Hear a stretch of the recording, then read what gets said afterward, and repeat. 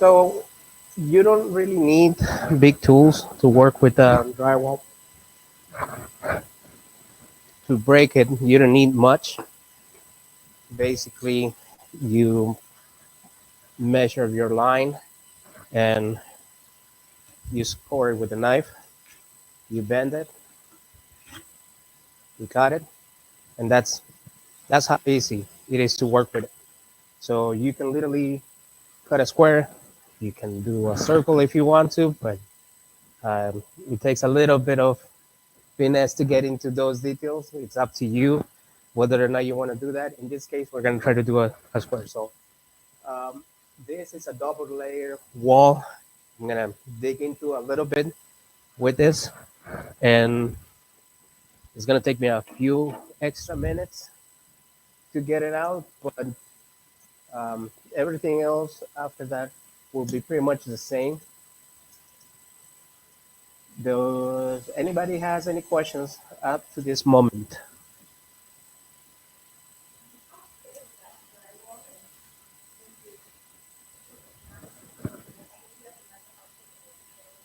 Yes.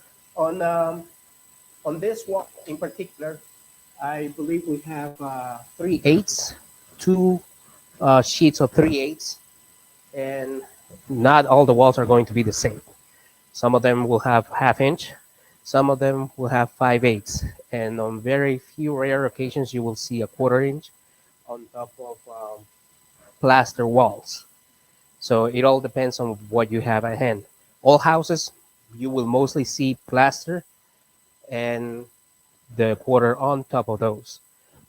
For newer homes, you will definitely see 1/2 inch, and commercial areas mostly will be 5/8. On residential, ceilings are supposed to be 5/8. So those will be the areas where you will see that gap difference. Um, Back in the days, you had to install, um, well, depending on how back we go. In the originals, you had your wood lath, and then people used to do stucco with um, hay and animal hair on it, just to make sure that it will keep the stucco together.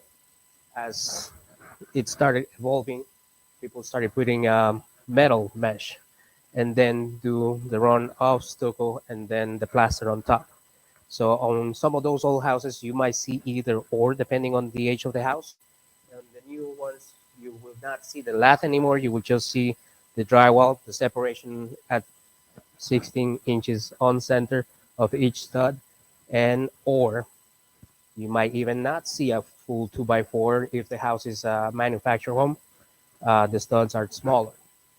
So if you are planning to do a big project, open up that wall, and you don't see that wall being 2x4, you gotta plan ahead. You gotta do a few extra things to accommodate that. But that was a great question. Always take a look at what you have in there, and that will tell you how much you need to work with. Um, I am hoping I am not going too deep. And we got 2 hours here, right? Till 7? Oh, yeah, I got 15 more minutes to cut this up. Um, but other than that, the um, the process to get repairs in the house, it's quite easy. It's just a matter of being patient and trying to work with what you have. Um, you do have to plan. You don't have to get a big knife to do the repairs. You can use this. Um, Obviously, I brought a full variety, and we have plenty of different knives here just because we wanted to show how you can work with it. But the point is, to do a repair, you don't really need a big knife. You can use this. You can even use a 2 inch. Um, this is a 1.5, but just so you can see, you don't really need much. I'm trying to do major damage here, so I'm trying to see what I can use. Yes. Which tool? This one is just a spackling knife. Yeah, yeah. This is a spackling knife. These are usually taping knives. The bigger, the the finishing um, knives they are. So past 14 inches, they're called skimming knives because it's literally to cover most ground, and you may not use one at all. But yeah, any other question?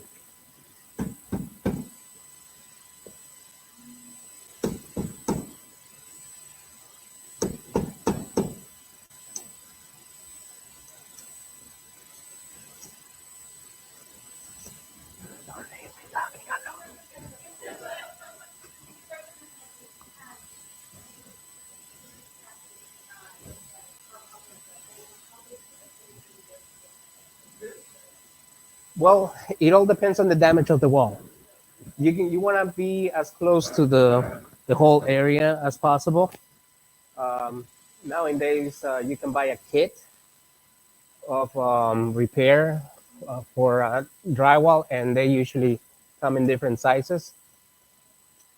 So it all depends on what you have to work with. Some kits are easy to use than others. They come with a little laminated mesh.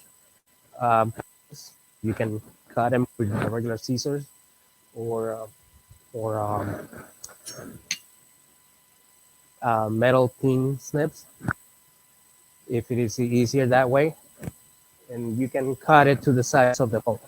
It doesn't necessarily need to be what you bought, but some of those kits come in different sizes. So depending on the damage area, you might want to adjust into that. We don't have any of that here, and I I thought I was gonna have time to get all those, so you ladies had a better idea of what I was talking about. So I'm just gonna try to get this done, hopefully today. And this is just to show you when you're at your house, you can definitely take your time doing this. Um, I am so used to using my tools that I couldn't go into the truck, cut this in 2 minutes with the oscillator, but I will make a lot of dust, and I don't want to get you guys all dirty.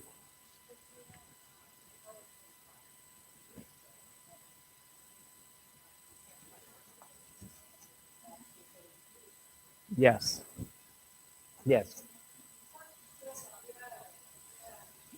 yeah. That tool became a very good friend of mine once I discovered it, and I don't think there's not much I don't cut um, with it. I pretty much use it for everything. It's,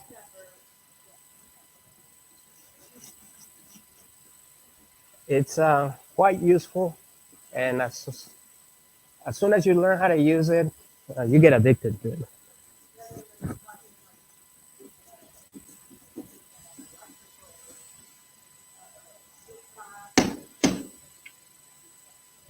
Yeah, yeah. For drywall, you don't really need much when it comes to the oscillator. Pretty much any kind of blade can cut it, but the oscillator does come with different for different surfaces, uh, which makes it quite handy to have. But obviously, I'm not gonna have this class to tell you go to the store and get yourself an oscillator. I'm hoping that you have a better idea of what you can do on a wall. Uh, hopefully today. Um, but yeah, that was a good question. Everything else is better with power tools. Let's see.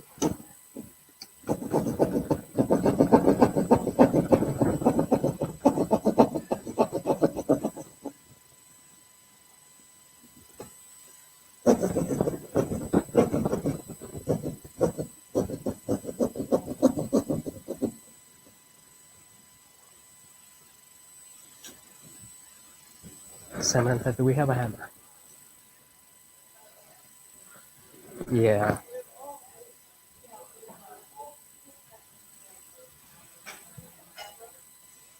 Yeah. Oh, beautiful. Just because um, I don't want the YouTubers to get bored of me.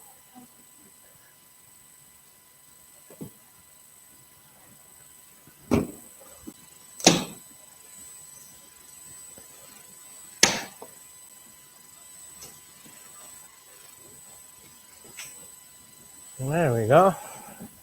All right. That's something.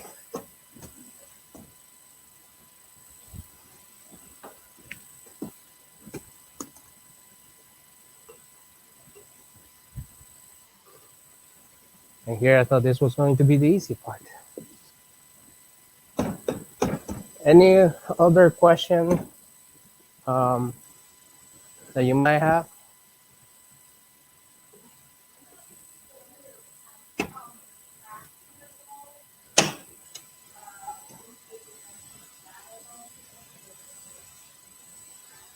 Yeah. Yeah, we can do either or. Um, we do have tape. We do have quite a bit. It won't take much to do those.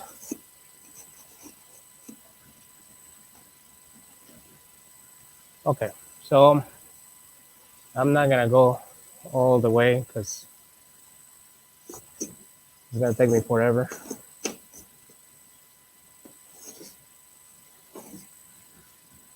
For the purpose of this exercise, I will square here. But bear with me.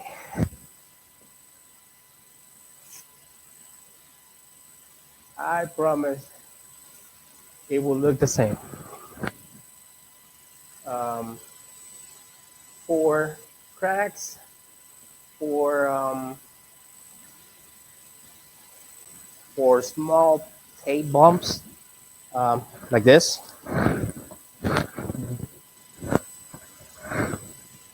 there is a few things you can do.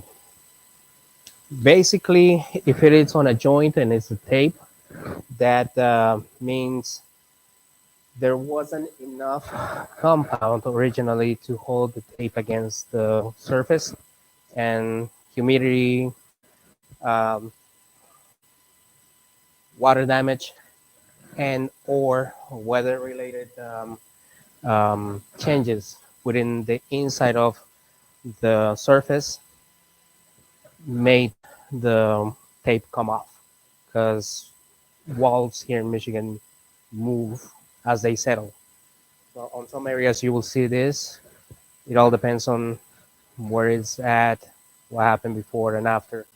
But you will have that. You will have the cracks on the house. Um, what else? Uh, you may start seeing screws popping in. Yes.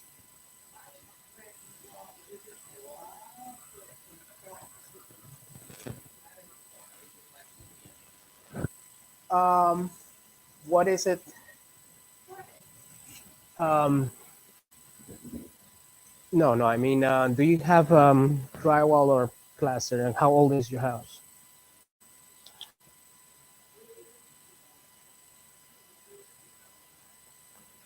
So if that's the case, then we're talking about this type of damage. The tape was a little off, and you will see it all across. That will be the only reason that you will see a line so long, so straight uh, on a ceiling or even on a wall. It's on a wall. Incline? Oh, really?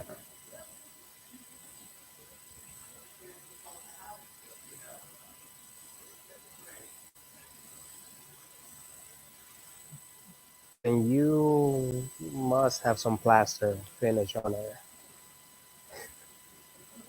Uh, Drywall, as you can see, is compounded by paper and um, man, I forgot the name of it.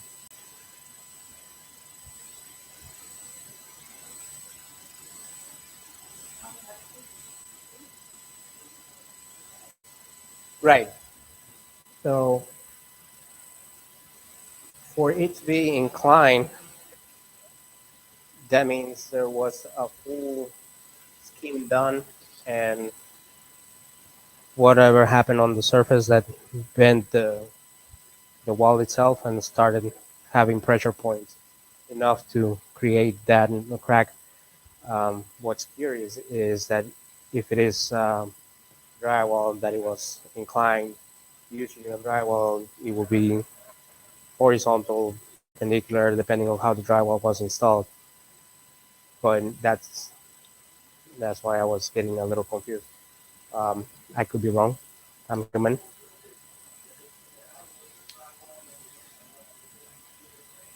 but I can take a look at your house and then tell you exactly what it is. I can do that too. Um,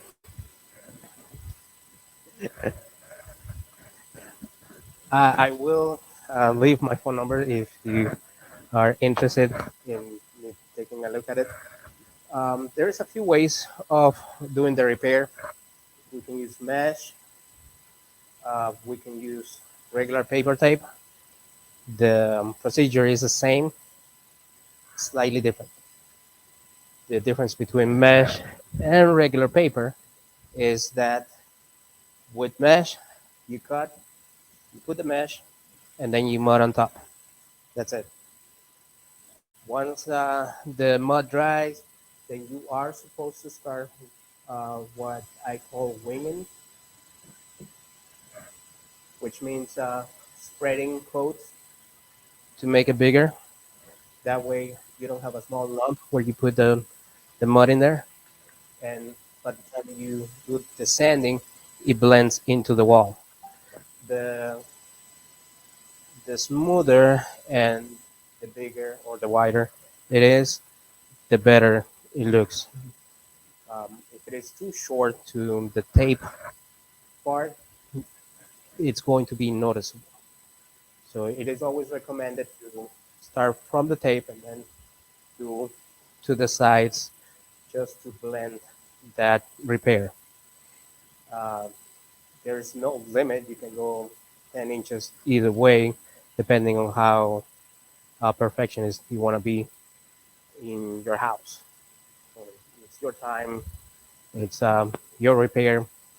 However you feel like it, you can go for it. Just remember that if you only do the cover for the tape, it's going to be noticeable. And if you put a little bit, eventually when you start sanding it, the mesh will start popping up. Same thing with the paper. The paper is a little, it's a little more noticeable. If you start reaching down to the paper, then you start scratching the paper up, and the paper will start lifting up. It will start doing this. So I'll do one part with the paper, one part with the mesh, and then I'll take care of this. That way we have a better understanding on what I was trying to say. And if you have any other questions, please.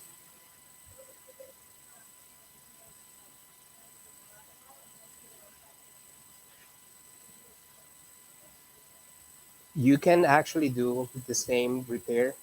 I would recommend more on the mesh side. There are stronger mesh that you can use for that. And the only um, the only suggestion I would give you is definitely do not use compound. You want to use the dry quicks. You want to use uh, the the 45 easy sand, which will give you up to 45 minutes to work before it starts getting hardened. And the, if you want to do a lot in less time, the lower the minutes, the faster you will have to work with it, but the more um, work area that you will cover. So it's up to you. Um, this is easy sand 45. There is there of this. And man, I'm forgetting everything.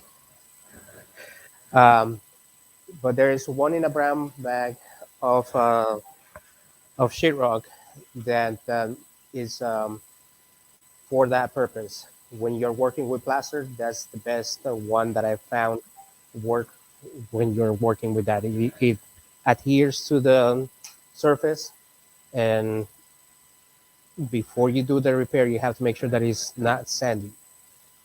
So if you have a crack on your plaster wall and it's a little bit sandy, you want to grab a brush. You want to clean everything as possible. If it is still too sandy, I will advise you to get a little bit of primer. You can get a spray can, spray that surface a little bit so the sand stays together, and then you can do your repair.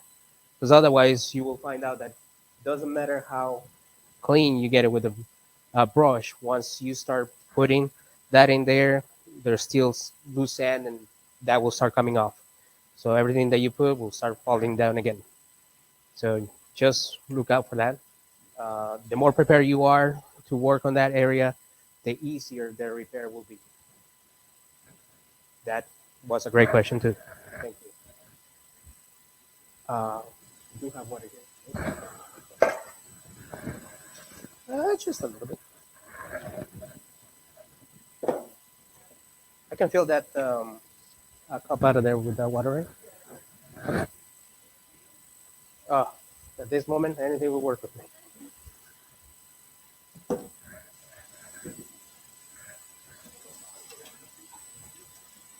Yes. The most easy sand products, the easy ones to work. Durabond. There you go, Durabond. Thank you. So yes, yes. You know those famous wind fan textures on the walls and ceilings? You can do that with this kind. You can do it with those. The problem is that they are too fresh on the first 8 hours. Um, unless you put a really thin coat, you still have to wait an hour before you actually do those type of textures. Um, that is good to do spray texture like rice peel texture and knockdown. You can definitely use that one for that kind of texture, but all those little fans, swirls, flower stampede, um, even grainy texture, you can definitely get it done with that. You may have to see one or two videos on that. I don't think I have enough time to go into that detail for it, but you can definitely take care of it if you're not afraid on working with those.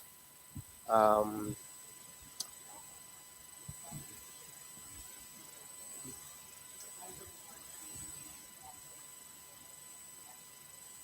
correct. Yeah, you wouldn't want to use that. Um, if it is a thin crack, it's up to you. I will recommend better to work with these products before you use those. Um, the other ones are great for holes, nail holes, screw, and anything that is just eyesore that is just popping there, even though it's a little tiny thing. Yeah. All right. So always watch what you're doing. Be safety. Don't be slicing your fingers. It happens to the best of us. So uh, I'm just putting it out there. So I'm gonna do two of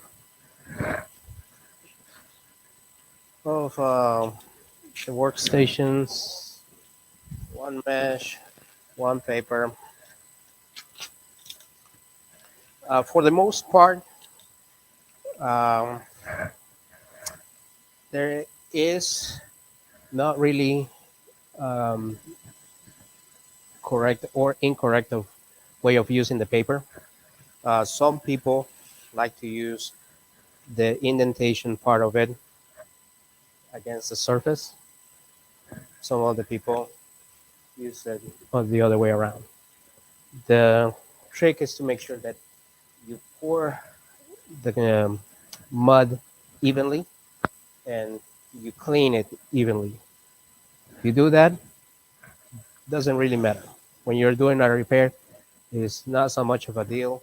When you're doing finishing, taping, that's a different story because the machines that we use usually take the paper in a certain way. So that's when it counts. For small repairs, not really, because at the end of the day, you still have to do quite of money to be able to hide the paper before you start sanding. Um, you do want to start soft and then do as many coats as you need before you sand instead of just going too hard, too much, too soon, because then it gets really hard to sand. Are we gonna have them do some mudding today too? Okay. Yeah. Yeah. I don't want to spend all this time talking. I get bored of myself sometimes. Any other questions?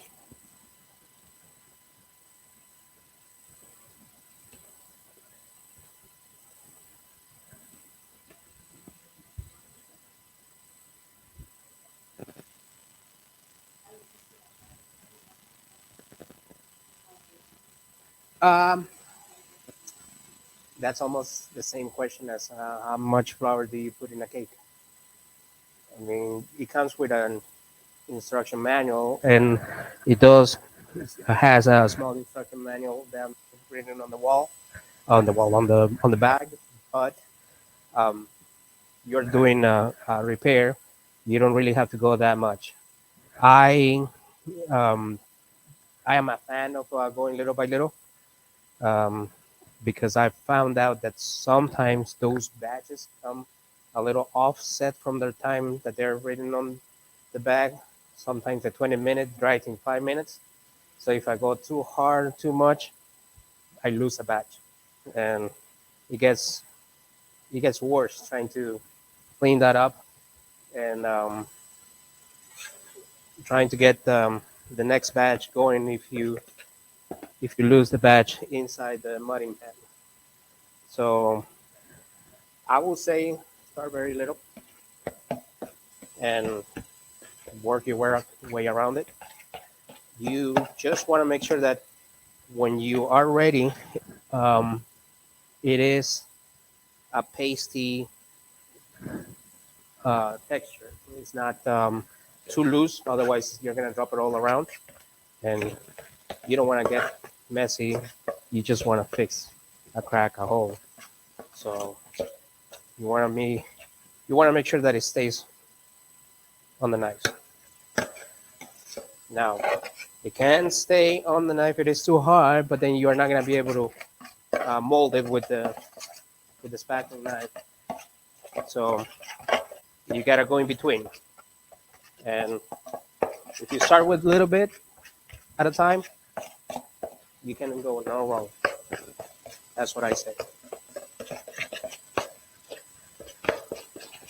So for this little bit, this is what we should be looking at.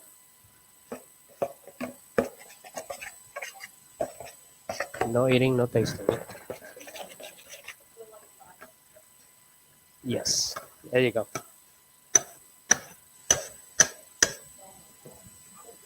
I say that I can do pretty much anything except cook and swim. So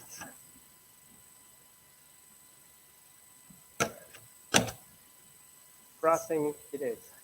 So when you're starting your patch repair, you want to go tight. Clean it off just to set the repair, and then you go slightly on a little hard. You don't have to worry about what you cover and not cover the first time. As you go along, you will be able to cover more and more ground, but that's as thin as you can go and start spreading off without um, having much of a hard time sanding. If you get a ripple too hard or have this, you have to sand it, you have to scrape it before you put another coat. Otherwise, it's going to get more difficult to repair after that. So that's with the mesh. That's how you start. As soon as it starts getting dry, you can add more on it.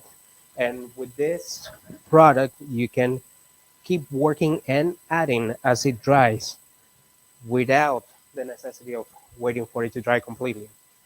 With that one, you really need to wait for it to dry. So that's the difference. With the synthetic ones, the spackling ones, they usually give you 30 minutes. So after 30 minutes, you can keep adding on those, but they're only good for little tiny holes and repairs. They are not going to be as efficient as these ones, or you're going to run through a lot of those before you manage to do the repair. So um, I feel so rusted working with this little one because I'm so used to using the big ones now. But you don't have to be perfect when you start with the paper. You just want to add some to make sure that the paper will have something to adhere itself. And this is a 45-minute mud, so we still got time. You put the paper in there, and then you start cleaning up.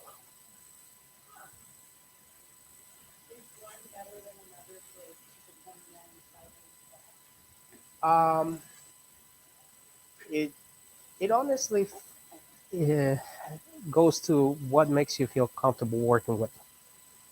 If you see what I'm doing right now is not so much of a deal as doing it with the mesh. It's a little different in process, but the outcome is pretty much the same.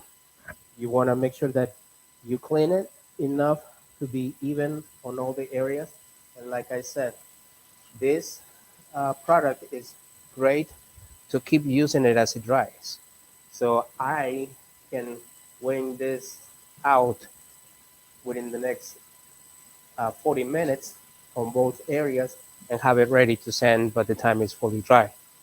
And sand it, prime it, paint it, I'm done. So if you are having too much movement of your house and you're getting a lot of crack coming in and there, or if you are having a lot of issues with temperatures, the house is not well insulated and you're having cold drafts coming into the house, and usually that will be making some surface crack, then I would recommend going for the mesh because the mesh is already embedded on all sides with the compound or with the uh, Durabond Easy Sand 45 in this case. Um, if it is just bad taping, water damage, and it's a quick crack repair, you can go with the paper as long as you feel comfortable. Not many people can handle the paper. I know it took me some good 10 years before I started going back with the paper. But when I started venturing into drywall again, I went with the mesh. Nowadays, you have mesh, you have paper, you have fiberglass tape, which is also great when you're doing repairs because they tend to expand. So you work with areas that are difficult to keep um, mudded. But this is the basic um, part of it. Um, oh, still fresh. So let's see if I can get away with doing everything together and show you what I was trying to do. Any questions so far?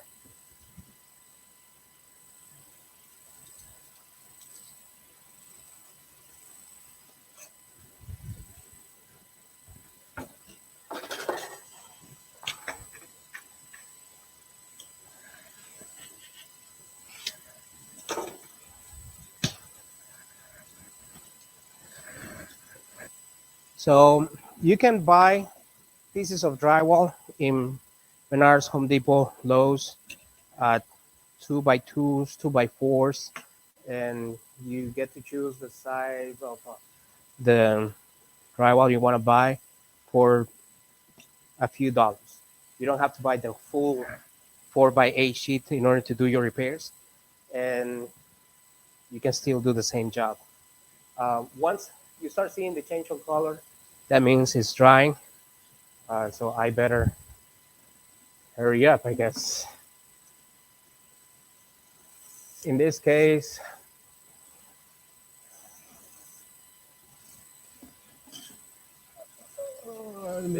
I'm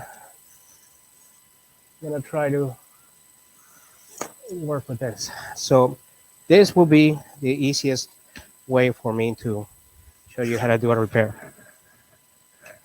I'll clean it up. I promise.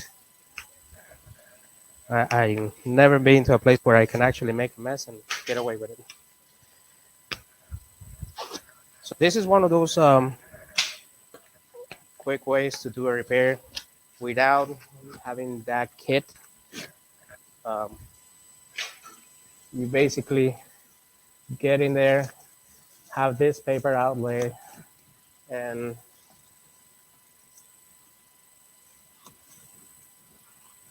and the point is to cover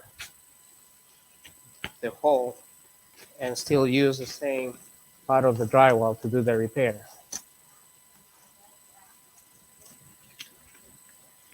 Yes, it's more clean if you get it right, and you don't really need to put the backing that you have on that pamphlet, where on the old days you needed to put a piece of wood and then you needed to screw one piece of drywall in and out of the surfaces that you were trying to repair and then mud everything. Nowadays you can literally do this. Obviously, just make sure that whatever you're doing fits, like I'm trying.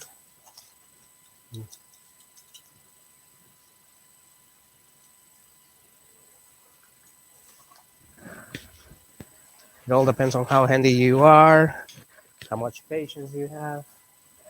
I mean, you can go to town with this and still get it right. Uh, that's close enough. I I ripped this too hard, so my tape is not fully perfect as it used to be. If you are working on a fully finished area, you might want to fill a little bit of the finished um, drywall after you prime and paint the surfaces. You start adding thickness to your wall. So when you are doing the repairs and you don't feel that, you will see a little lump on those edges. You can leave them there, but then it goes back to how good you wanted it to be. In this case, I am taking as much as possible so that by the time I'm done with the repair, it's not too noticeable. You want to make sure that um, nobody's able to tell what you did in the wall. Exactly. I get that out. Any questions? I'm hoping to finish just in time to let you ladies have fun.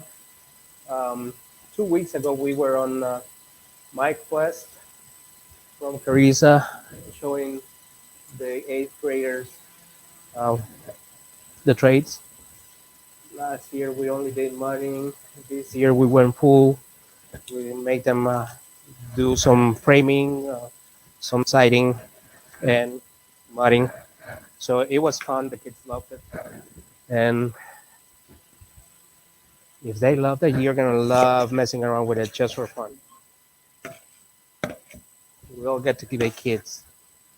Uh, so you don't have to be perfect. You just want to make sure that it's there where you need it.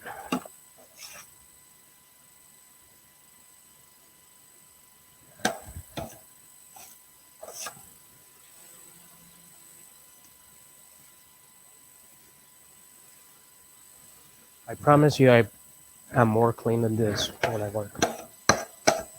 So don't judge me.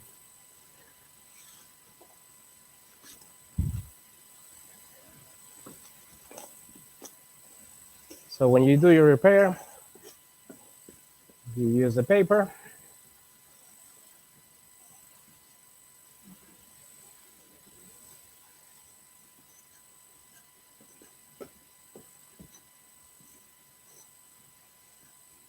And you cover as much ground as possible. Just make sure that when you're cleaning that mud, it goes all over.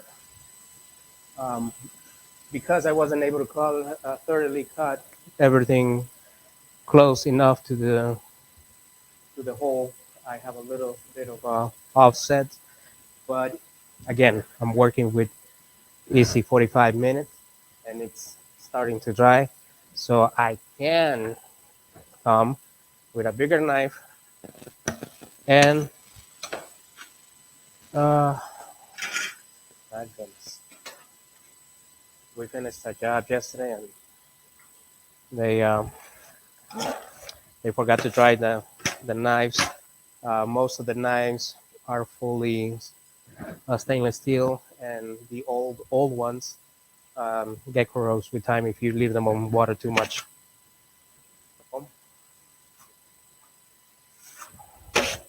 You can still work with it as it's drying.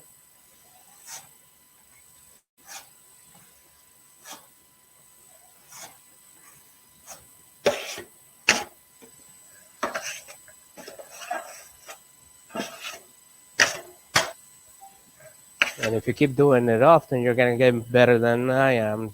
Just don't steal my jobs, please.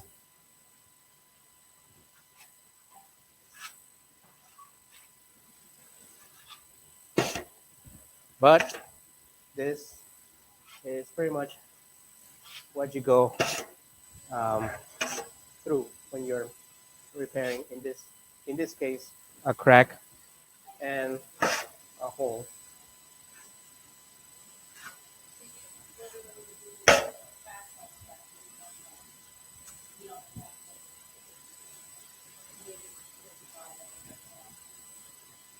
Mm. I usually use 20 and 5 minutes. This is a 45-minute one. Um, and we usually use that when we're doing a full house drywall finishing. Some of the houses, especially the old ones, are offset, and it doesn't matter how much uh, rounds of coating we go. If it doesn't look straight, or if it still needs more, and we need to do it quicker, then we get something like this to be sure that we can work within the hour to mold it where we need to, and then we top it off with the finishing touches of whatever else we need.